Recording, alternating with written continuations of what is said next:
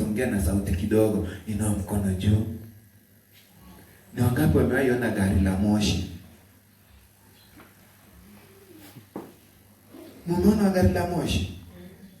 Haya. Ni wangapi wamewahi ingia kwa gari la moshi? Hamjawahi? Sasa ni wangapi wamewahi ingia kwa basi, wakabebwa na basi? Very good. Sasa nitawatolea hadithi ya basi. Ya nini? Kwa sababu mjawahi panda gari la moshi. Wacha nipunguze sasa sauti kidogo ndio wazazi wasisikie. Kuna kijana mmoja anaitwa Tony. Anaitwa nani? Tony walikuwa wanaenda na mama yake. Wanaenda Mombasa. Wanaenda wapi? Mombasa. Na wanapoenda Mombasa, safari ni mbali. Wanaenda wakifika katikati. Mahali panaitwa Mtito Andei. Basi linasimama, watu wanaenda chooni, wengine wanaenda kwa hoteli, wanapumzika, unanyosha miguu kidogo, unanyosha mikono kidogo, ndio safari iendelee. Sasa Tony na mama yake wakawa wanaenda. So unajua basi watu wanakaa kama hivi kwa hii kanisa. Kuna wenye wanakaa pande hii na kuna wenye wanakaa pande hii, alafu hapa ni mahali ya kupita. Sasa Tony akiwa amekaa hapa mwisho na mama yake, kuna mama alikuwa amekaa pande hii. Si unaona vile alikuwa amekaa? Huyo mama alikuwa na kitu alikuwa anashikilia. Alikuwa anashikilia hivi. Hapa imeandikwa strawberry yogurt. Ati imeandikwa nini? Strawberry yogurt. Akiwa amekaa pale, Tony anaona huyu mama anashika analeta hiki kitu hivi, alafu anaweka hivi chini hivi. Wanaenda anafanya hivi. Akasikia hii. Wewe unasikiaje ukiona mtu anafanya hivi kitu imeandikwa yogurt? Unasikiaje hapa? Tumatemate tunataka kutoka, si ndio? Alafu ukiona mama yako anakuona unajifanya unaangalia juu, si ndio? Hivyo ndio Tony alifanya. Sasa wakawa naenda, basi linateremka mbio, ina overtake, inarudi. Akasikia, si hata huyu mama tu, abakishe kidogo tu anipe mkebe at least, hata mimi nifanye mara moja. Swali nimeuliza, mama yako alikufundisha nini? Wakaa anaenda anasinzia hivi, anaona yule mama anataka kusinzia, hasinzii. Anaangalia mama yake, si mama asinzia na yule mama asinzia ni choto kidogo. Lakini sasa hawataki kusinzia. Akaa anasinzia, akastuka wamefika Mtito Andei. Mtito wa? Basi kaingia kwa hoteli. Watu wakaambiwa mko na dakika 15 za kujisaidia. Watu wakashuka. Ule mama akafunga mkebe yake na kale kakifuniko hivi, akaweka wapi? Hapo chini. Alafu akatoka. Mamake akamwambia Tony, twende ujisaidia. Akamwambia mama sijisikii. Mama sifanyi nini?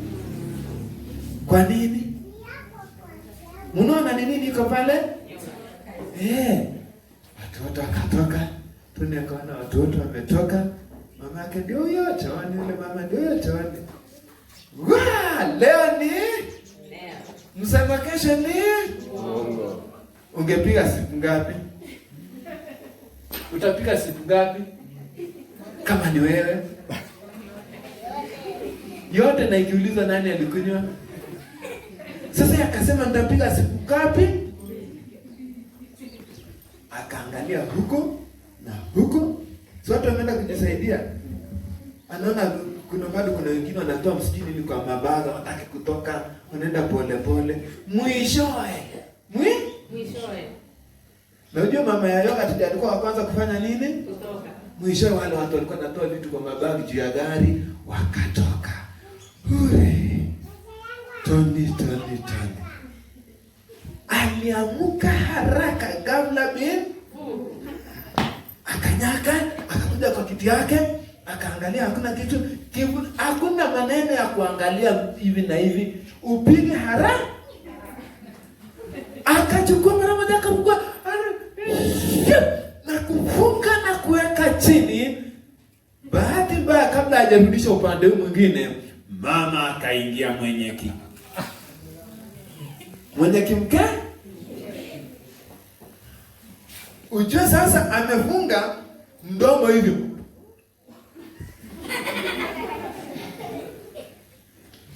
asimeze asiteme, mwenyewe ameingia akaiweka hapa chini ya miguu yake. Watu wakaanza kuingia kwa basi moja kwa moja, wote wakaingia. Mama akaanza kutafuta mkebe wangu. Mama akaanza kutafuta mkebe wangu upo wapi? Kama ni wewe ungejibu. Kama ni wewe ungejibu niko naye. Sasa Tony, nimesema amefanyaje? Mimi najua unasema angekuwa amemeza. Shida ni nini? Si anaangalia pandile na kumeza haraka. Mama yake amekuja ameketi, watoto wameketi. Tony hajemeza, hajatema. Mkebe uko wapi? Chini. Mama akauliza, mkebe wangu wa kohozi uko wapi? Nani amenichukua? Mkebe wangu wa kohozi silioni, nilikuwa nimeweka hapa. Uko wapi? Kama ni wewe Tony, ulipovuta mara moja hivi ukasikia sio hiyo, ukashinda kutema na ukashinda kumeza, maana mwenyewe ameingia. Je, wazazi wako wamekufundisha nini?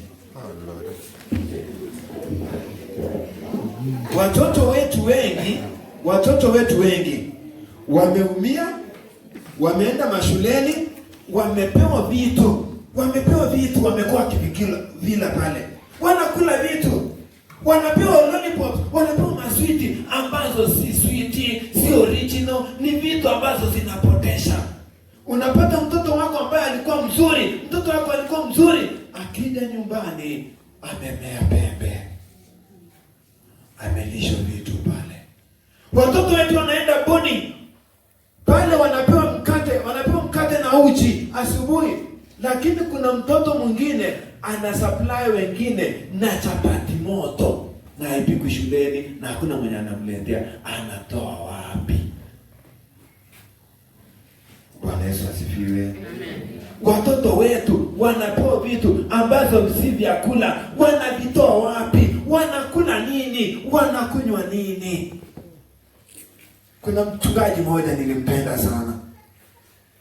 Baada ya yeye kuwa ni rafiki yangu ajabu, watoto wake hata wanakuja wananikumbatia, ni kama mtoto wa nyumba ile. Lakini ningelilete chochote, hata nikija na matunda, kama baba ama mama hajeshika, aambie mtoto shika.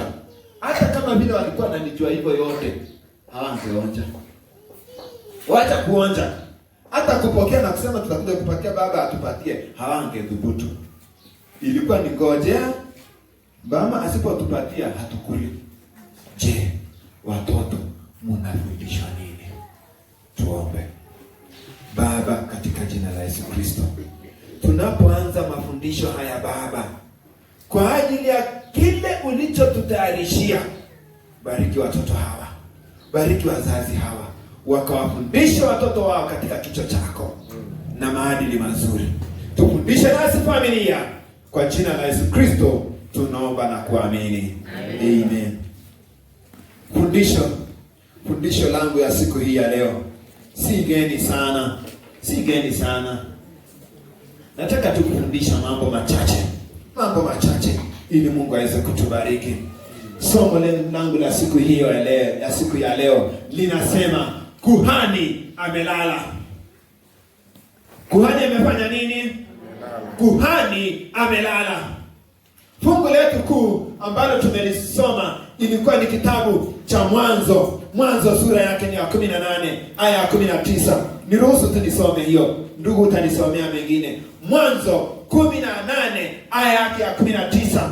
Mungu ananena na Ibrahimu na kusema ya kwamba maana nimejua ya kwamba atawaamuru. Nani huyo? Abrahamu. Atawaamuru wanawe na nyumba yake baada yake washike njia ya Bwana, kisha wafanye haki na hukumu, ili kwamba Bwana naye akamtimizie Ibrahimu ahadi yake. Mungu baada ya kutembea na Ibrahimu akajua ya kwamba mtu huyu ana ni mwaminifu sana, na si tu mwaminifu katika kichwa changu, si mwaminifu tu katika utoaji, si mwaminifu tu katika kuabudu, si mwaminifu tu katika kutoa zaka alipopatia Melkizedeki, bali ni mwaminifu kwa hili tu, ya kwamba Mungu anakumbukia Ibrahimu kitu kimoja. Ya kwanza,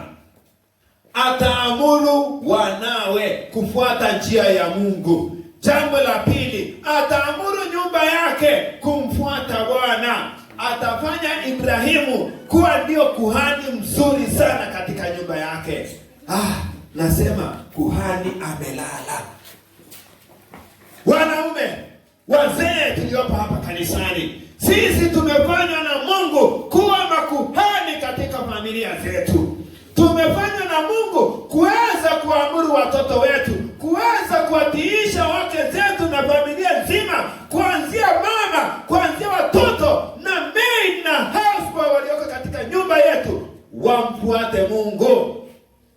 Kama wewe ni baba ambaye akisimama hapa mbele, mke wake anasema, yaani wewe ni bure tu, mwanaume gani kilongi tu. Kama wewe mke wako hakui wa kwanza kusema amen ndani ya kanisa unapohubiri, ujue umefeli. Habari ya asubuhi. Naongea na mtu ama na binadamu? Nasema hivi, kama wewe ni elder, kama wewe ni mchungaji, umesimama, mke wako anaanza kusinzia, utamaliza saa ngapi niende nyumbani, ujue umefeli. Wacha tuanze sasa vizuri. Hiyo tu ilikuwa ni introduction. Wacha tuanze vizuri. Nani mwanzilishi wa mambo ya ndoa? Kitabu ni cha Mwanzo. Unapoangalia vizuri sana katika sura ile ya kwanza, aya yake 26 na 27, Bwana Mungu akasema nini? Mwanzo 1:26 na 27. Baada ya Mungu kumaliza uumbaji wa miti, wanyama, ng'ombe, punda, wanyama wa pori, wanyama wa kufugwa, akaazimu kumuumba binadamu. Mwanzo 1:26, 27 inasema nini? Mwanzo ni 1 mstari wa 26 na 27. Mungu anasema, Mungu akasema, ndio, na tumfanye mtu kwa mfano wetu, naam, kwa sura yetu, naam, wakatawale samaki wa baharini, ndio, ndege wa angani, ndio, wanyama na nchi yote. Tosha. Mungu akamuumba binadamu, mwanaume na mwanamke. Sitaki kurejelea kwa nini hakuumba wanaume wawili, na sitaki kurejelea kwa nini hakuumba wanawake wawili, lakini Mungu alimuumba binadamu kwa sura yake, mwanaume na mwanamke. Siku moja, kina dada mnaniangalia, habari zenu? Mtu yeyote, including mume wako, akija akwambie you are very ugly, usikasirike. Usifanye nini? Kama wewe ni ugly, ujue hata Mungu ni nani? Na wewe umeomba kwa sura ya mfano wa nani? Na kama wewe na Mungu ni ugly, na yeye anajifanya ni handsome, yeye ujue si wa Mungu. Lakini akikwambia you are beautiful, na ajifurahia hata yeye, yani aku appreciate bila anaji-appreciate, ujue wewe ni wa Mungu na yeye pia ni wa Mungu. Kama wewe umeumbwa na sura na mfano wa Mungu, na yeye anakudharau, that means amedharau Mungu. That means hata anajisema yeye si wa Mungu. Kwa hivyo kina dada, na wapatieni taarifa mpya. Usingoje kuambiwa you are beautiful. Jiambie ya kwamba I'm beautiful. Amen. Hata ujiambie. Yaani kuna wasichana, wacha nianze hapo. Kuna wasichana ambao wanavaa hivi. Najua nguo za wasichana hainaga, kuna ziko na oda na kuna siku hizi hazina oda. Ukipata za kina mama hawa, unapata zimeenda round nzuri tu. Siku hizi unapata ingine inaenda pande ni kama inaenda hivi, kesho inaenda hivi, ingine inakaa kama iko na mkia, ingine inakaa kama iko na kipa. Whichever the style.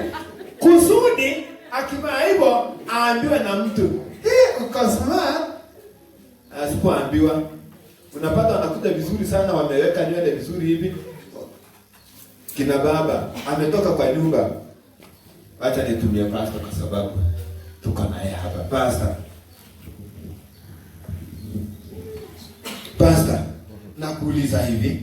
Mke wako ako hapa? Tosha. Hii ingine sitauliza. Sababu sitaki kumstaki.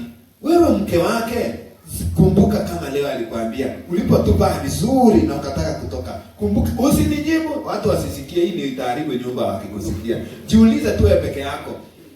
Alafu si atakuwa amepata tu majibu hata yeye. Alikwambia asubuhi ya kwamba uko smart. Usijibu. Si kila mtu amefikiria kitu kwa mawazo yake.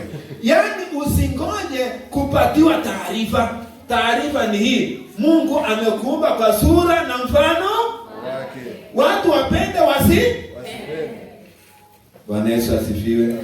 Unapata dada mzuri sana amekaa kwa nyumba, amekaa pale katika kanisa, amekuwa hata vijana. Imagine, amekuja akaimba vizuri hapa. Ningependa msichana akikuja hapa ambaye hajaelewa, aimbe vizuri, nisikie sauti zikisema haleluya. Alafu nataka mtu akuja mwambie, dada, you are so nice, you are so beautiful, your song is inashika mbinguni.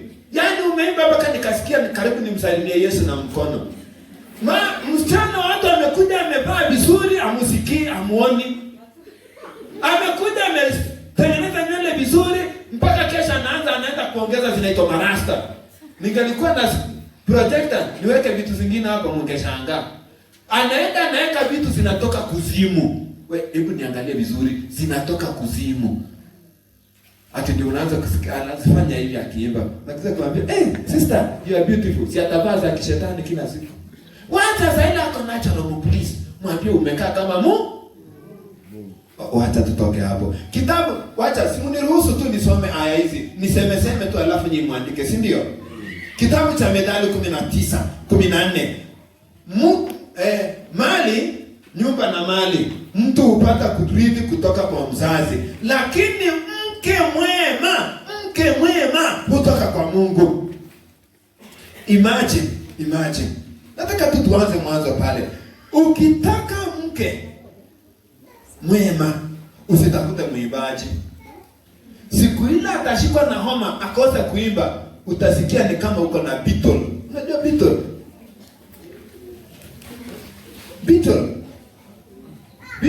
The Kikuyu community calls it what? Dingoingo, something like that. You find that you have something like a dingoingo in your house. Are we there together with those who understand Kikuyu? Haya, mnanipata lakini? Kama ulioa base. Jamaa kiimba, tunatembea vifua mbele, tunaringa sababu Yesu ni mshindi. Wacha siku ile ataanza kupata na tatizo na koo.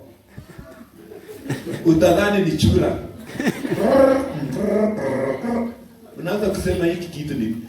Lakini kama ulienda kwa Mungu akakupatia, utapata kitu kizuri. Zaburi 127 aya yake ya 3. Wana ni urithi kutoka kwa Mungu. Alafu unapata Mkristo kabisa. Wana ni urithi kutoka kwa nani?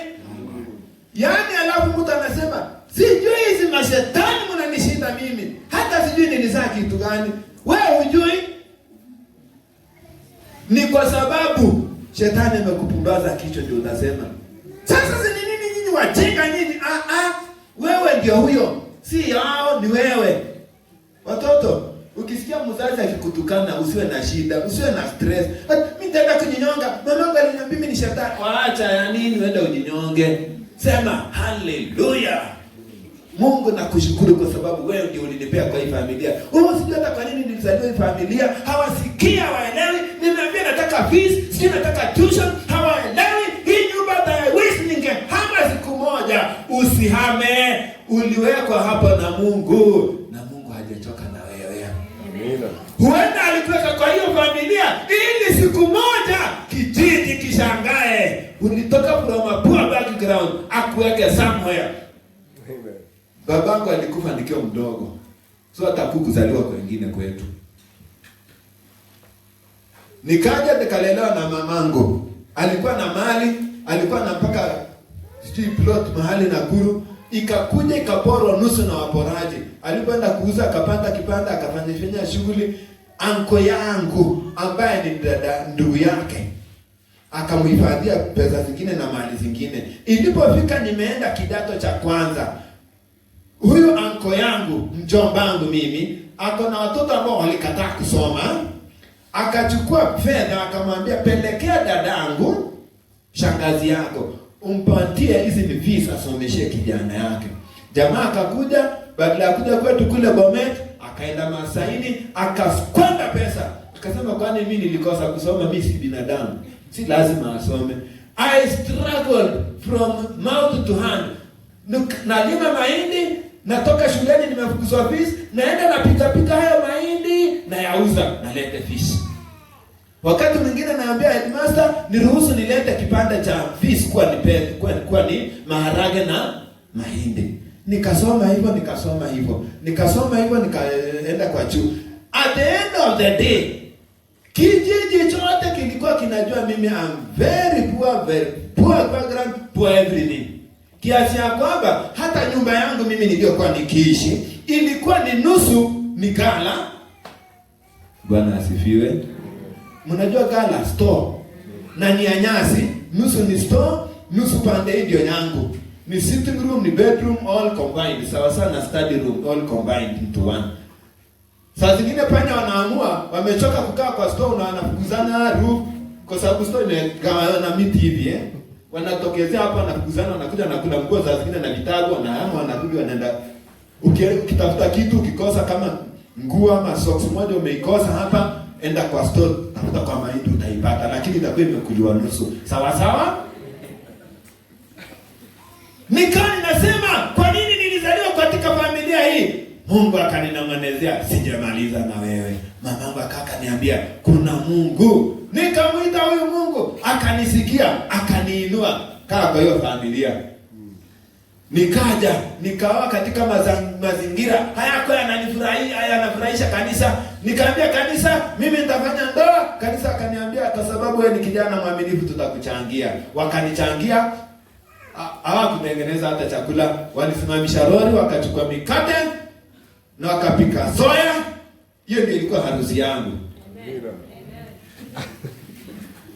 Kwetu nyumbani tukachita kidogo, tukachukua wazazi na watu wakitoka kwa kina mke wangu, tukawalisha pale nyumbani. Siku ikaenda, tukaanza maisha hivi. Mungu akasimama. Mungu aliposimama, ninaposimama kaa hivi, nyumba yangu ni kubwa kuliko hii kanisa yenu. Hata mimi sasa hivi naweza tembea kwa tile kama mtu. Imagine wale watu walikuwa wananidharau kwa kijiji. Hata mke wangu alikuja kwanza baada ya kumaliza college, akawa amekosa kualimu kuandikwa permanent, hata amekosa kuandikwa private. Siku moja wakati nilikuwa na mtoto wangu wa kwanza ambaye alikuwa mgonjwa, alienda tu kujaribu hivi, akawa wa kwanza kuandikwa. Na anashika mtoto ndio afanye shughuli hizo zingine na masekretari pale na kwa maofisi. Baka anaambia, kwani ulienda Uganda? Watu hawamsalimii sana kwa kijiji. Akasema, tunajuaje? Labda alienda kuuza mwili kwa wakuu. Nikasema, Mungu amemalizana na mimi, ngoja muone. I told God, you must wake up in this village. Nilishangaa mke wangu ananiambia, watu wanasimamisha magari, wamwambia, madam, mbona unatupita? Yaani na wajai wapita ni watu hawamsalimiagi hata, hawamuonagi. Yaani watu ambao ni matajiri, wanaitwa matajiri kwa kijiji. Nilishangaa akiniambia, "Hello, leo fulani amekuja kunywa chai kwangu. Hata ananiuliza mume wako atakuja lini tukuje tumsalimie." Nilikuwa wa maana. Saa hizi kijiji kikikaa kila kitu. Nikionekana tu hivi, jana wewe ndio kwa programa. Tunaonekana tuko na wageni wanatoka mbali wewe ndio utakuwa, sababu unajua kuongea. Yaani siku anajua kuongea kitambo. Wakati Mungu hajamalizana na wewe, wacha kusema nitahama kwa hiyo familia watoto. Kaa pale. God has something for you. Bwana asifiwe. Kitabu cha Mambo ya Walawi Mambo ya Walawi 21. Anza mstari wa 13. Niruhusu tu nipite haraka hivyo. Mstari wa 13 piga mpaka 15. Unapoenda kuamua kuoa vijana, nimewaona pale nje, nikafurahi sana kwa sababu you have a zeal. Mko na nia ya kuendelea katika Bwana. Fanya hivi, wacha kukimbia kiherehere. Wacha kukimbia. Mimi ninaona nimeachwa. Wewe mngojee Mungu. Unajua vijana wanaume wa kanisani sio romantic. Ukiwakuta wanaanza kukuuliza, ulionaje lesson ya leo? Si umwambie, ambia Mungu mfanya akwe romantic. Shida ni kwamba hata akikuja akiwa romantic, alikuwa anafundisha pale lesson, anafundisha vizuri, alafu anakuja kuambia, sister, nitatumia hiyo sababu ni mama, msije mkasema anatumia wasichana, huyu ni mama nimemuona. Anakuja kuambia, sister, siende alikuwa anafundisha lesson, sister ninakupenda. Hata nyinyi wa Kristo mnasemaga mambo kama hayo. Sasa ungetaka aseme nini? Mambo ifanyike kwa taratibu. Kubali yote yaende sambamba. Na unaambiwa hivi na kitabu hicho cha mambo ya Walawi 21:13. Make sure you marry a virgin. Wacha kwenda kuokota. Wewe ndio mtu kuokota. Wewe umekuwa municipal. Wacha kuwa municipal. Wewe unaenda kuokota everything. Tom, Dick and Harry. Unaona pale mtu amevaa vitu vyake anaenda hivi. Kuja hapa kanisani wako marry virgins. Wanadada, wacha kuolewa na mtu kama mali. You are not a property. Ati mtu ako na property pale unataka kwenda kujiongeza ukue property. You will become a beggar. Unaenda pale kwa sababu ulienda kwa sababu ya pesa, na pesa ni zake, si zenu. Unaona ule mtu mnaenda pamoja, mnaanza maisha, unajivunia ni zako na ni zake zinakuwa zenu. Hata sasa ile mnasherehekea pale, mna decide wote wawili. Pale utakuwa unaenda unakuwa bega. Nilikuwa ninaomba 5,000 5,000 na nini? Unajua sasa hivi business iko chini. Okay, nilikuwa naomba basi 1,000 nikatengeneze nywele. Tajipanga. Utakuwa ukiomba kila kitu, lakini sasa ni zenu. Mnajiandikia kwa nyumba ili hapo ya matumizi utapewa vizuri sana. Chagua mtu ambaye ana maadili ya Kikristo. Maria Virgin. Wacha kwenda wanaume kina dada hawajaisha kanisani. Tunajua sasa hawajaisha. Tunajua sasa ni njia moja ya kuhubiri, shindwe. Mathayo, kitabu cha Mathayo 28 mstari wake ni wa 19. Basi enendeni kote ulimwenguni mkawafanye watu wa mataifa kuwa wanafunzi. Kuwa wachumba, kuwa wanafunzi, mkiwabatiza, mwafanye kuwa wachumba, mkiwaoa, alafu mwabatiza. Mwendeni mkawafanye watu wa mataifa kuwa wanafunzi, mkiwabatiza kwa jina la Baba na la Mwana na la Roho Mtakatifu. Na mkiwafundisha kuyashika 20 hapo, kuyashika yote niliyoagiza, na tazama niko pamoja nanyi hata mwisho wa dahari. Kuoa, hiyo ilikuwa ni kuokoka. Kuoa, mke, mali na nyumba mtu urithi kutoka kwa baba yake, lakini mke mwema anatoka kwa Bwana. Sasa ungetaka niombe aje? Siku ile utaomba, uende uombe hivi, Baba nipe mke, angusha kutoka juu. Kemea kwa jina la Yesu ni shetani. Do action. Omba Mungu akufungulie macho. Unaposoma katika kitabu cha Yohana 9, jamaa mmoja anakutana na Yesu, anaguswa na Yesu mara moja. Anauliza unaona nini? Anasema ninaona watu wakitembea kama miti. Kuna wanaume wanakaa kanisani wanaona kina dada kama miti. Yesu akamguza mara ya pili, akauliza unaona nini? Akasema ninaona watu vizuri wazi. You need a double touch. When you pray and you don't see anything, tell God, I need a second touch to open my eyes clearly. Hii haiko ya wazazi, sawa sawa. Ndiposa katika kitabu cha Wakorintho wa pili 6:14 msifungiwe nira pamoja na wasioamini. Maana pana ushirika gani kati ya nuru na usishikane? Kama ni kuhubiri, pelekeni kuruseli, lakini kama ni kuoa, chagua ndani ya nyumba ya Mungu. Pana ulinganifu gani kati ya shetani na Kristo, ama kati ya Belial na Kristo? Hakuna kushirikiana. Hata unajua, hata aliniambia nitakuja nibatizwe. Wewe ushaenda kabisa kutega samaki ile ya kienyeji. Wachana na ile watu wanatega kwa boti. Wale wanatega halisi, wanaweka kwa kikanie. Mimi sijui kwa Kikuyu inaitwaje. Inaitwa gani tu? Sasa sijui ni nini. Hiyo tu. Sasa unashika kitu kingine kanakaa kama awom. Kanatoka kwa matope. Hiyo kitu kama kawom unachukua unaweka kwa sengenge yenye umefungilia uzi. Alafu unaitupa ndani. Sababu sasa kanafanya hivi samaki anaona, leo ndio nimeipata. Kumbe si yake. Akiuma tu hivi, unashtukia kamenyolewa. Wewe utaenda akwambia hata nitakuja kanisani. Na anakuja kanisani anasema, tuimbeni kanisani. Parapanda itali. Mbona wimbi hapo? Na anakuwa active. Kumbe ni ndoano. Siku ile anafanya tu ndi. Anaanza kuambia, leo sijisikii mzuri. Si sadaka ndizo nimeziwekelea hapo kwa meza, si mtanisalimia kanisa. Haya, kanisa ilikuwa mzuri. Ni mzuri. Tulikumii sana kanisani, hiyo ni mzuri. Next week, kuna rafiki yangu amefiwa, ninaenda maombolezi. Na ni rafiki kabisa pale kazini. Itabidi muende, mimi niende mazishi.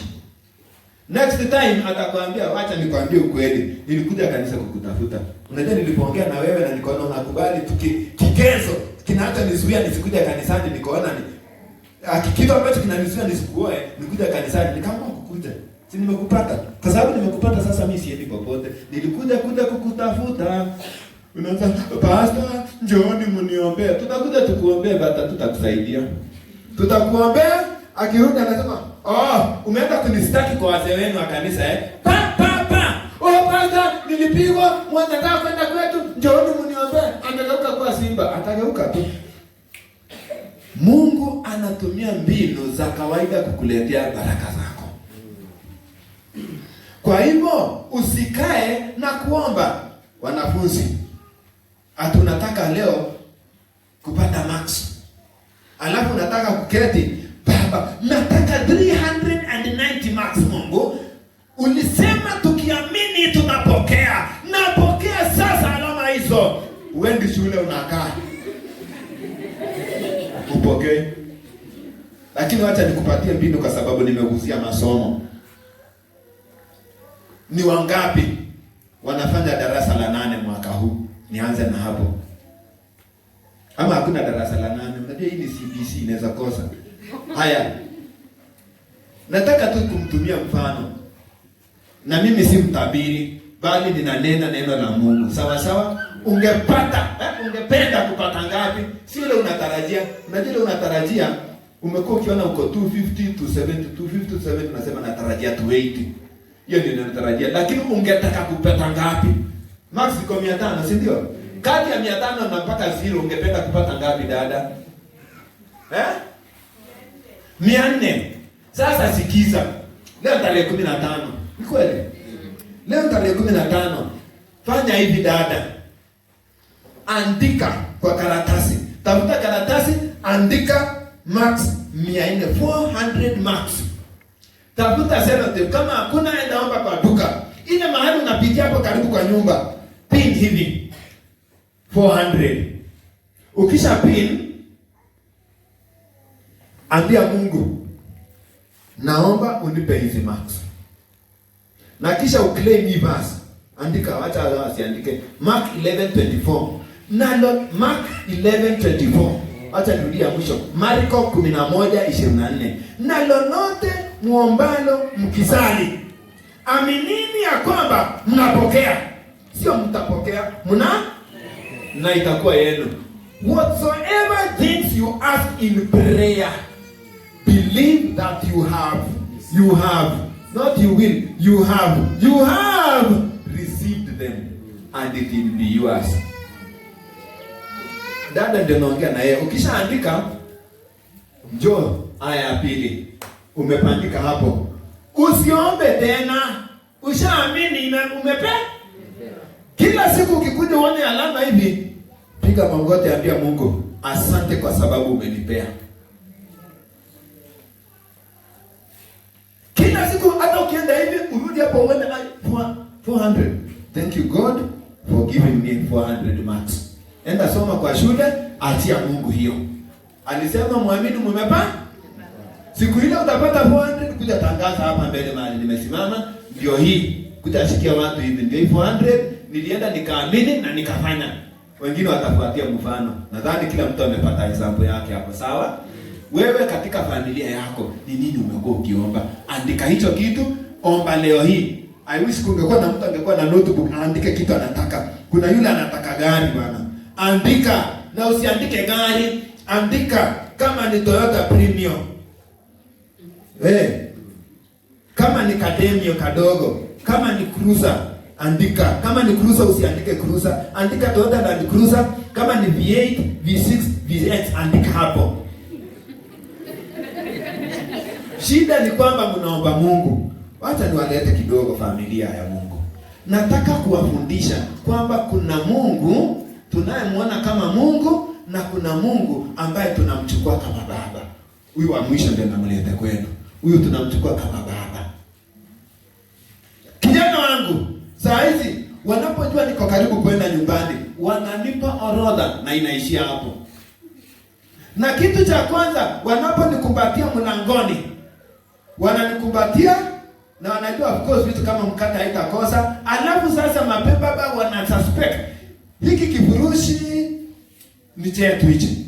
Wananyang'anyana, wanachukua, wanaenda na wanaanza kuuliza. Wanajua hiyo kitu iko hapo ndani, sio hakuna. Wanajua iko hapo. Dadi gani ndiye yangu? Wanajua iko wapi?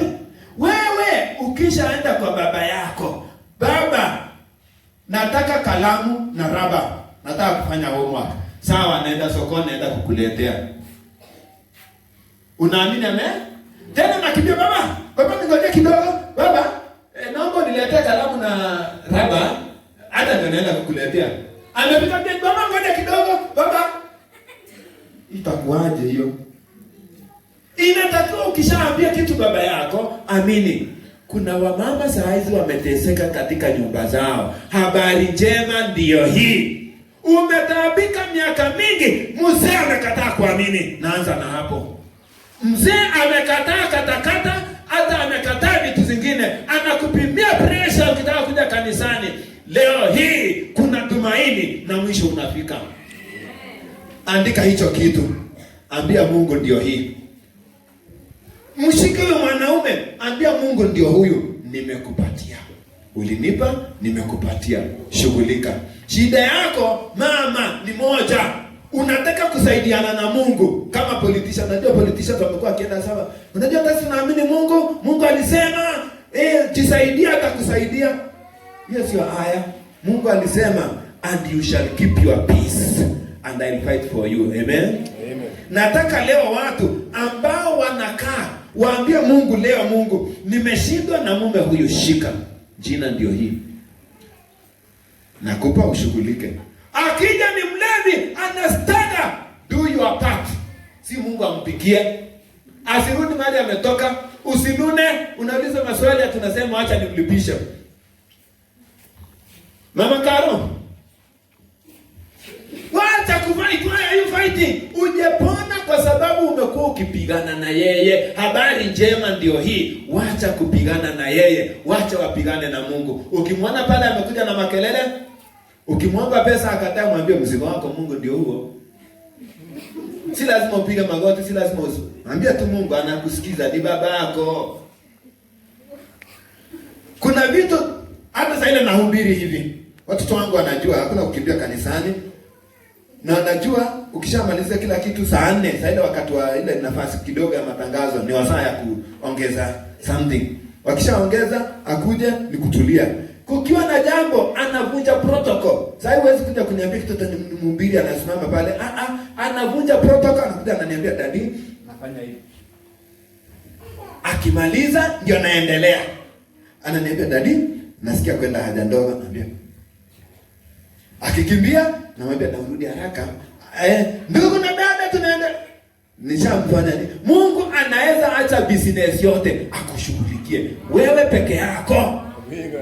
Mwanamke mmoja aliyekuwa akitokwa na damu muda wa miaka 12, wanawake wataniambia hata siku 5 zinakuwa za stress. Wanaume mfunge masikio mjue hiyo. Hata siku 5 peke yake zinakuwa za stress. Msiniulize wanaume za nini, wanajua. Siku 5 zenyewe zinakuwa za stress. Wacha izidi ifike 7. Unasikia wanakula painkillers, wanaumwa na kichwa, wanaumwa na mwili mzima. Just because zimeanza kuzidi, wacha ifike 10. Unapata mwingine amekimbia hospitali. Mama huyu miaka 12, takriban ukitimes na siku 360. Hizo ni siku ngapi? Alafu unaumia. Akajua ya kwamba madaktari shindwa. Matabibu wa miti kienyeji wameshindwa. Sasa there is only one solution called Jesus Christ. Alimwendea huyu Yesu, akaenda akasema, mimi sitaki story mingi. Yesu ananitosha. Whether ni Yesu juu, whether ni Yesu kisigino, bora iwe ni part of Jesus. I don't care. Akaguza pindo la vazi. Yaani uko mwisho tu kwa Yesu. Naona Yesu akienda hivi, akarukia akaguza kidogo. Story mimi nimemaliza. Bora nimeguza nani? Beba. Yesu, kutokwaji wa damu, beba wewe. Na akaenda. Nani ameniguza? Yaani Yesu alikuwa anaenda kuponya mtoto. Alafu kuna mama amemguza. Yaani akapostpone safari ambayo ilikuwa very important. Akasema, nani ameniguza? Jesus can postpone your other people and care for you. Yesu anaweza kupostpone matatizo ya maisha. Kuna wanaume ambao tangu waingie ndani ya nyumba wametaabika. Watu walioa wanawake sijui nilioa nini, watoto wakorofi, mnakaa kama mama yenu. Wacha kulalamika baba. Kuna suluhisho. Kuna mtu anaitwa Yesu Kristo. Ambaye amesema, njooni nyote, kitabu cha Mathayo 11:28. Mathayo 11:28 mpaka 30. Njooni nyote ninyi mnaosumbuka na kulemewa na mizigo mizito, nami nitawapumzisha. Yesu anangoja mtu akupumzisha katika familia. Wewe umeteseka katika familia, Yesu anataka kukupumzisha. Kwa sababu gani? Yakobo 1:17. Every good and perfect gift comes from the Father of lights, in whom there is no variation. Kila kitolewacho kilicho kizuri, kila kitolewacho kilicho kitakatifu hutoka katika Bwana. Usiwahi lalamika kwa nini unapitia shida hizo. Kuna mtu anaitwa adui. Bwana Yesu asifiwe. Kuna mtu anaitwa adui. Adui huyu ndiye anayeleta vita katika familia. Imagine, siku ile ulikuwa unamtafuta huyo msichana. Siku ile ulikuwa umeshikwa na huyo mwanamume na mkamkubaliana. Mwanamke mwingine akakuja katikati hapo. Hata kumnyonga ungemnyonga. Kweli si kweli? Mwanaume ulipopata mchumba, wanaume wengine wakakuja kuleta nyoko hapo katikati.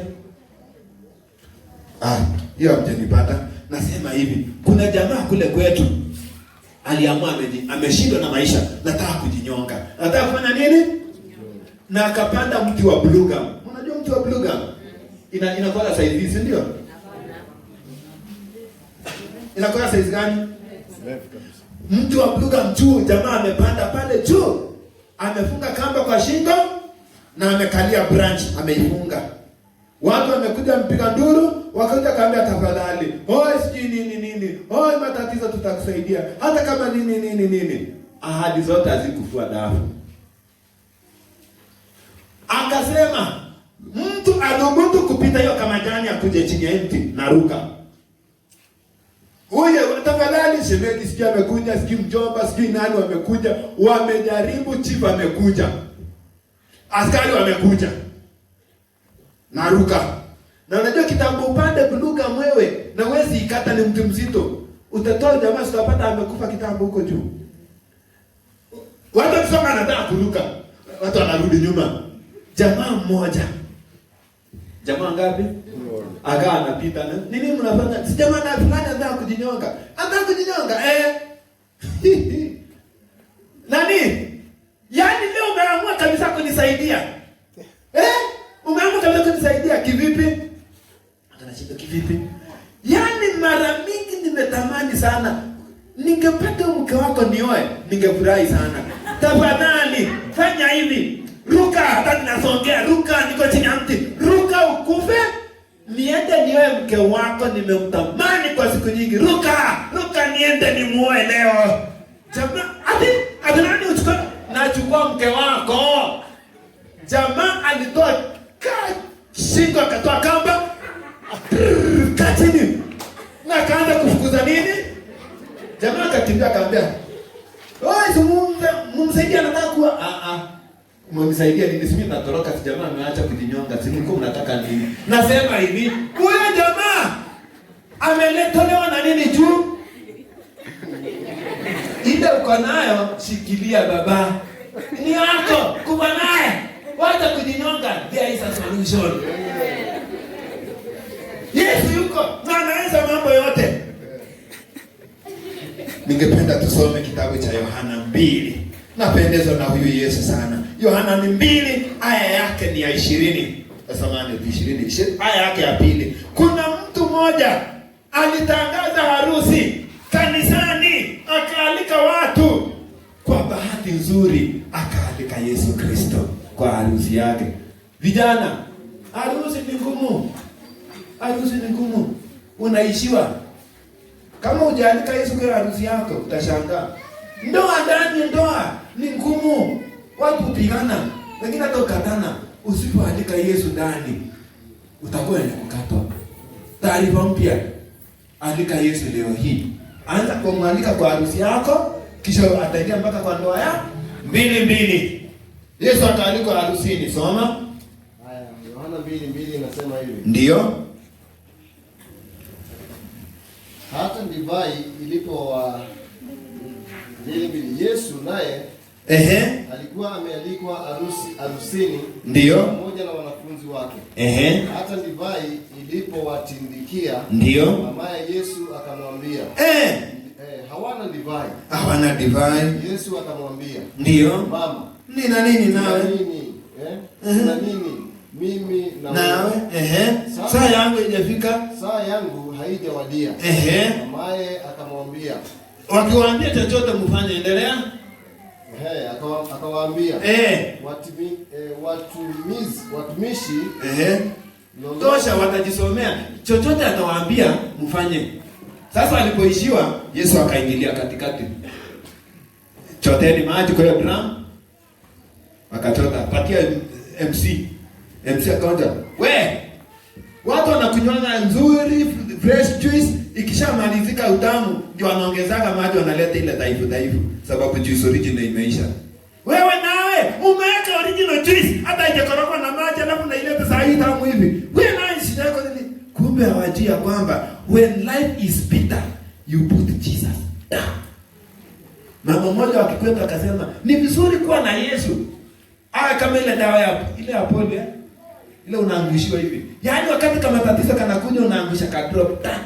Ina solve everything. Na ina dissolve everything. Mnapata? Wakati Yesu anaingia maishani mwako, anasuluhisha kila kitu. Baba, kuhani wa nyumba, wacha nimalize na wewe. Baba lazima ukue mfano wa kumleta Yesu ndani ya nyumba. Vile utambeba huyu Yesu umlete ndani ya nyumba, ya kwanza, point number 1, muamini huyo Yesu. Point number 2, uzaliwe mara ya pili. Point number 3, ujazwe Roho Mtakatifu. Fungua. Tulikuwa tunafunga kupiga 1, 2, 3. Fungua. Ukishaishi ndani yako, anza kumtangaza ndani ya nyumba yako. Si kulazimisha. Umtangaze, umhubiri. Shida ni kwamba kuna wanaume wakishambeba huyu Yesu wanaenda kulazimisha mke. Wacha ndio vitu tunafanya. Mtu saa 3 tunaomba. Kuna familia moja watumishi walienda. Ikafika masaa ya kuomba. Iliposemekana tunasaa kuomba, watoto wakang'ang'ania, mwingine Biblia, mwingine kitabu cha nyimbo, mwingine anasema mimi ndio naomba, mwingine akasema mimi ndio naimba, mwingine akasema mimi ndio tasoma. Haya, mwenye alisoma John 11:35, Jesus wept. Wote tumesikia na Mungu atubariki. Mwenye kuimba akatoa namba 12, sifu Mungu wane, amen. Mwenye kuomba, Baba yetu uliye mbinguni, jina lako tukuzwe, ufalme ni wako na nguvu na utukufu hata milele. Shua kila mtu kwenda kulala.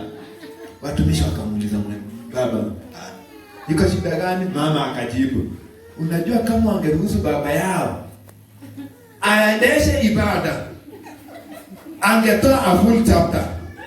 Kisha anze na mama, wewe umeelewa nini kwa hiyo aya? Mtoto wa kwanza, wewe umeelewa nini? Wa pili na watatu. Kisha sasa arudi, mama toa nyimbo mbili. Mtoto wa kwanza, wa pili, wa tatu, kila mtu atoe nyimbo mbili. Mtoto wa kwanza ataomba, wa pili aombe, wa tatu aombe, mama aombe, yeye amalizie.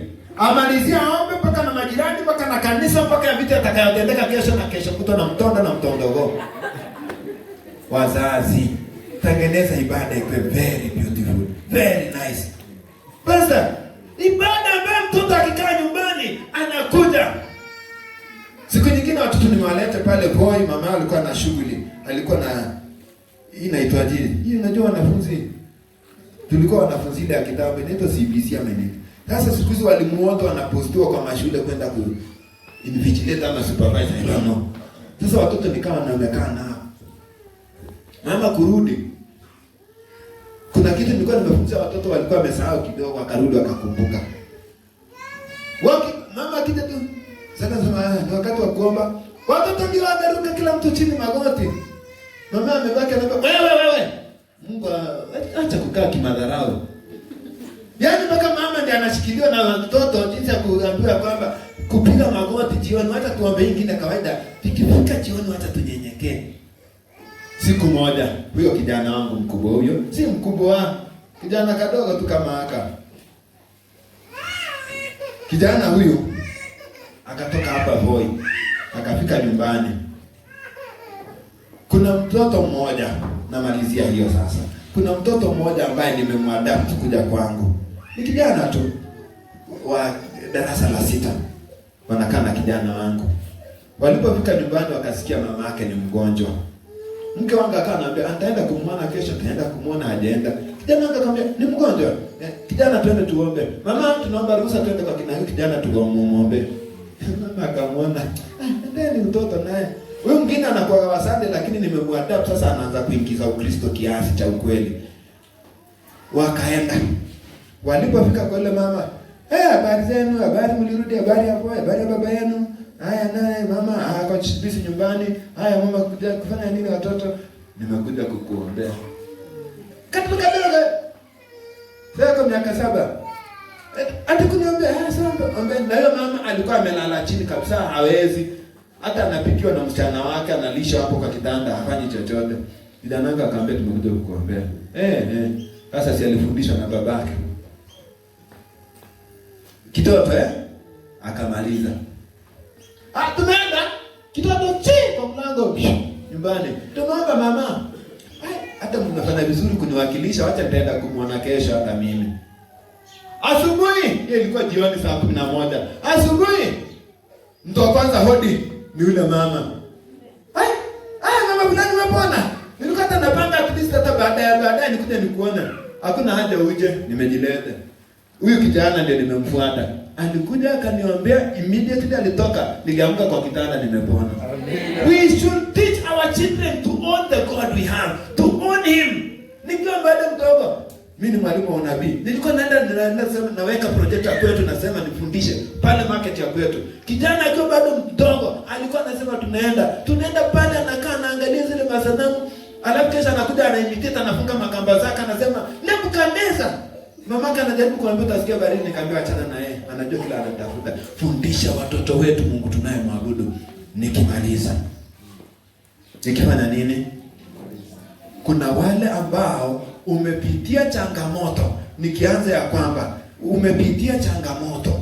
Na changamoto hii yenyewe ni kwamba mume wako aliaga. Na sasa ukijaribu kushika upande huu na upande huu, unaona ni mlima mzito. Unaona ni mlima? Nataka kukupatia Yesu ambaye anaweza vyote. Simama hapa mbele. Ukijaribu tunataka ile wito yenye mmekuwa mkiita makanisani, si mimi. Mimi naongea na Baba. I can disrupt business yenye inaendelea mbinguni. Kuna watu hata sasa labda wanaimba, kuna watu wanaomba mahali, Yesu anasikia akiwabariki, anaweza postpone ndio akuja kusikize kwanza. Kama wewe ni mjane kwa njia yoyote, ombi lako kwanza. Sichanganye mimi wito. Hawa tunaomba na hawa inaishia hapo. Niita wito mwingine. Je, kuna mjane ambaye anapitia changamoto na angependa Mungu amuonekanie leo hii? Usimame kama yuko. Na kama hayuko, nitapitiliza wito huo. Hakuna. Jambo la pili. Kuna mwanamke. Wanawake tuna taabu sana. Tunavumilia. Hata saa zingine wanaume hawa wanatoka nje kabisa na uko na udhibitisho, but you can do nothing because bado yeye ni mdume kwa nyumba. Na wewe hata ukikuwa tu, hata ukipigiwa tu simu hata na wrong number, nani alikuwa anapiga, na yeye amekuwa akifuatana na chungu zima ya watu wengine huko nje. Umepitia tabu ya nyumba ambayo iko na tabu ya mume. Huenda ni mtu wa kanisani ama wa nje. Huenda ni Mkristo wa Seventh Day Adventist ama ni wa Protestant ama wa nje. Sijali, bora ni mume wako. Lakini umegundua ako na shida na umeshindwa jinsi ya kusuluhisha. Tunataka kumuita Yesu asuluhishe kabla ya saa 7 hii ya leo. Karibia mbele. Nataka kukuonyesha Mungu huyu anatenda. Mimi sibahatishi Mungu huyu. Ni Mungu ambaye ni baba yangu. Kama unapitia dhuluma ya aina yoyote, either psychological problem ama physical abuse kutoka kwa mume wako, ama kuna kitu ambacho ungetaka mume wako kibadilishwe, hakijawahi badilishwa, karibia hapa mbele. Usimtaje, Yesu anamjua. Tunataka kumtuma Mungu pale. Tuombe kwa ajili ya hawa, twende kipengele kingine.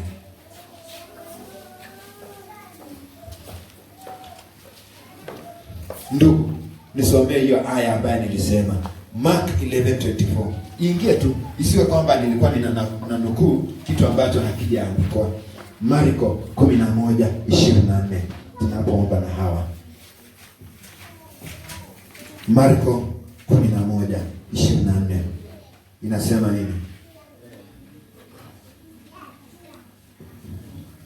24 inasema hivi. Ndio. Kwa sababu hiyo nawaambia. Kwa sababu hiyo Yesu hajatumana. Ndio kuna kitu inasema Nabii Isaya akasema ama Paulo akasema, hii ni Yesu anaongea kwa mdomo wake akiambia wanafunzi anza. Kwa sababu hiyo nawaambia kwamba yoyote mnayoomba, kitu chochote ambacho kimewaleta hapa mbele mnataka kukiombea lolote. Amesema nini? Kuna kitu amebakisha kwa jina lolote. Iwe ndogo, iwe kubwa. Endelea. Mkisali, aminini ya kwamba mnayapokea.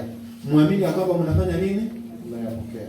Usiamini ya kwamba nimesema hicho kitu haijafika kabla ya saa 7, baada ya kabili, na nataka hiyo kitu Mungu akutendee kabla ya saa 7. Sawa sawa? So kabla ya saa 7 hii inaenda kuingia kwa dakika 2. Mungu amekutendea. Amina. Uamini ya kwamba imefanyika naye itakuwa yeye. Tunaomba. Baba, katika jina la Yesu Kristo, unayesikia maombi yetu kila wakati, umeturuhusu sisi wenye dhambi kukuita baba yetu, ukakubali ukatuita wana wako. Baba, tazama jamii hii ya waaminio, wameamini ya kwamba wewe ndio msuluhishaji ya changamoto wanazozipitia. Baba, kabla ya dakika 1 kuisha, wasuluhishie. Wajue ya kwamba wewe ndiye Mungu. Wajue ya kwamba wewe ndiye Bwana wa majeshi unayetupigania. Kemea roho yote ya chafu ya shetani inayeharibu ndoa zao, ukastawishe sasa. Kwa jina la Yesu Kristo tumeamini na kuomba. Amen. Mnaweza keti. Wanaume, kama ombi letu, kama fungu letu lilivyosema tangu mwanzo, kuhani wamelala. Wanaume, unaweza kuwa umefail mahali. Nikianza kwa mambo nyeti kabisa, unapozaa mtoto, unaweza kuwa kwamba umekuwa ukiwajibu watoto wako vibaya, kwa hasira. Umekuwa ukijibu mke wako kwa hasira, na isitoshe umekosa kuchukua jukumu la kikuhani la kuongoza ibada. Unaenda town, unaenda kazini, unafika watoto wamelala. Unakuja mama anakuambia tuombe, unaambia nimechoka, omba haraka. Umekuwa ukifail. Jambo lingine, mke wako tangu muoe ako na watoto wako secondary, wako university, wamemaliza chuo, wako primary. Umekuwa ukizaa siku nenda, hakuna siku umewahi shika mtoto ukamwekelea mkono ya kikuhani ukamwombea. Hiyo ni kulala, umelala. Hakuna siku umeshashika mama mjamzito ukaombea lile tumbo. Hiyo ni mpya. Kama hujawahi fanya hizo na wewe ni kuhani, ujue umelala. Ni wakati wa wanaume kuamka. Nitamaliza na vijana. Ni wakati wa wanaume kusimama na kusema, Baba, nikuze mara ya pili. Nichukue hatua zangu kama kuhani. Kuanzia leo nichukue hatua yangu kama kuhani. Mzee anayesema hivyo, njoo tuombe na wewe. Wanaume uongee mara mbili. Wanaume ni kusikiza na kutenda. Kama hawatendi wanakaa. Mwanaume kama huyo, simama tuombe na wewe. Wanaume ambi kuja mbele, unasimama mahali huko. Shida yako inaishia hapo. Wanaume ambao wamekata kauli kufanya kazi ya kikuhani katika familia zao, tunaomba Baba, kwa jina la Yesu Kristo, umetuita tuwe vichwa katika familia zetu na kulea familia zetu katika kichwa chako, kama vile Ayubu alivyokuwa akifanya. Tumesimama na miguu yetu tukikiri ya kwamba kuna mahali Yesu tulipungua. Tujaze na Roho Mtakatifu atupe nguvu ya kukua makuhani, na kuanzia leo Yesu, nyumba zetu zikuone Baba, na nyumba zetu zidhihirishe upendo wako mpaka majirani wakuone, na mpaka wake zetu wahisi uwepo wako, na watoto wetu wahisi uwepo wako. Bariki kila mmoja wetu, maana uamuzi tumekata kukufuata, kwa jina la Yesu Kristo aliye Bwana na mwombezi wetu. Amen. Namalizia na ombi hili. Vijana, kwanza umefanya uchaguzi mbaya. Uko na boyfriend, uko na girlfriend kule nje. Shida nikikwambia ukuje mbele, mzazi wako anaweza kususpect. Sikwambi. Shida nikianza kusema usisimame kwa hiyo ya kwanza, ngoja zote nizitanye, ndio ukisimama wazazi watachanganyikiwa kwamba ni gani umesimama katika hizo. Sawa. Kwanza, uko na uhusiano wa boyfriend wa girlfriend, si wa imani hii. Aidha ni Mkristo wa kule nje ambazo ameziasi amri za Mungu, ama si Mkristo kabisa. Unajijua. Wrong relationship. Point number 1. Point number 2. Wewe ni kijana, ni msichana, uko ndani ya kanisa. Uko na kijana, uko na msichana hapa ndani ya kanisa, lakini kwa sababu moja ama nyingine ukawahi fanya usharati naye. Unataka kurekebisha maisha na Yesu akupatie mwanzo mpya, akupatie maisha mazuri. Utasimama. Jambo la 3. Unahitaji mchumba, hujawahi muona kanisani. Ukienda unadanganywa. Kwanza kuna wasichana na wavulana ndani ya kanisa waongo sana, na wewe umekuwa victim ya kudanganywa.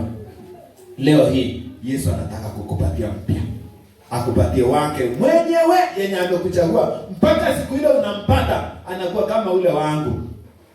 Na msifie kwa sababu nilipewa na Mungu, sikujitafutia. Ile utatafuta ni hasara.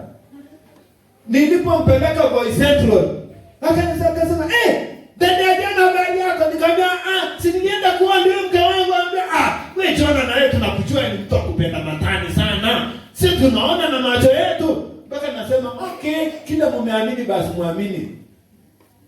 Nimesema ni mke wangu, ananiambia huyo ni, hata kina dada zangu akaniambia Jona, leo umepata kweli kwa Mungu. Tulikuwa tunajua na hiyo strictness yako utakuja kuoka hapa. Kweli Mungu amekupatia mpaka mnafanana. Mpaka tukitembea mahali tunaambiwa tunalati ni dada yangu. Nasema hivi, umetafuta mchumba hujaona, umekuwa ukiona miti. Leo hii Mungu anataka kufungua macho uweze kuona. Jambo la mwisho kwa vijana. Uko katika crossroads. Hujui uende hivi, hujui uende hivi. Hujui uende na karia kwanza, hujui uende na kazi kwanza, masomo kwanza, ama jamaa mwenye amejileta na unaona ni Mkristo. Uko katika crossroad. Hujakata uamuzi. Na katika hii crossroad pia uko katika kutafuta kazi na hujafunguliwa. Yesu anataka kukupatia kazi leo hii. Jumatatu uanze kazi. Jumatatu uanze new relationship. Usife moyo. Huenda hata pia ulikuwa umesema, potelea mbali na harusi, hata ninaona sitaolewa kwa sababu wamenidanganya. Uko katika crossroad na unataka Mungu akufungulie. Unataka Mungu akufungulie kazi. Kama miongoni mwa niliowataja wote, ita miongoni mwao katika haja hiyo, simama niombe na wewe. Kwa vijana, simama niombe na wewe. Hawata suspect hata pastors na elders hawata suspect una haja gani. Mungu peke yake anaona. Tunaomba. Baba, kwa jina la Yesu Kristo, wewe ni Mungu mtakatifu. Ukasema katika kitabu cha Yohana wa kwanza 2, ukasema umewaandikia vijana maana wana nguvu na wamemshinda mwovu shetani. Kwa jina la Yesu Kristo, Baba, uwashindanie. Kwa jina la Yesu Kristo, Baba, uwape nguvu. Wale wanaotafuta Baba uhusiano mpya, wasamehe, watakaze, waoshe na uwapatie wachumba sahihi. Wale wametafuta kazi na ikashindikana, kuanzia Jumatatu, Yesu jidhihirishe ya kwamba wewe ni Mungu, na ya kwamba leo hii umewatamkia neno kama vile ulivyosema msalabani, imekwisha. Baba, watamkie katika maisha yao ya kwamba hustling imeisha, ya kwamba kuzunguka na kuzurura kutafuta kazi imeisha, kwamba wakutafuta mchumba na kuhangaika wakipata wrong things imeisha. Baba, tamka juu yao, imekwisha. Wafungue macho sasa, wape kutamalaki ulichowaandalia. Wale ambao wamekiri kwa mdomo yao ya kwamba Yesu, hata kama wamekiri kimoyo wa kwamba nimetubu, nataka kuanza mwanzo mpya, asante kwa sababu umewasamehe. Dhihirika Yesu, na wanapokuja kutoa ushuhuda kwa njia ya kwamba wameajiriwa kazi, wakushukuru. Wanapotoa ushuhuda, wanaposimama kanisani wakitangaza ndoa na harusi takatifu, Yesu wakubali. Naomba pia kwa wakati huu kwa watoto wote, ukawabariki, ukawasaidia katika masomo yao. Na wale wote kwa kanisa Juma walioandika pledges na wakakuonyesha na wakaomba, wanapoanza kushukuru leo, Yesu, asante kwa sababu umewatendea, ukatende kweli kweli. Asante kwa sababu ambao umetutii, umeagiza Baba ni baraka na tumeanza kuuona. Yesu, asante kwa uponyaji. Kama kuna mtu hasikii vizuri, Yesu, tunapoondoka katika jumba hii, asitoke na ugonjwa. Waponye wale waliokuwa wameonewa na ibilisi, wakomboe katika jina la Yesu Kristo aliye Bwana na mwombezi wetu. Amen. Mungu awabariki.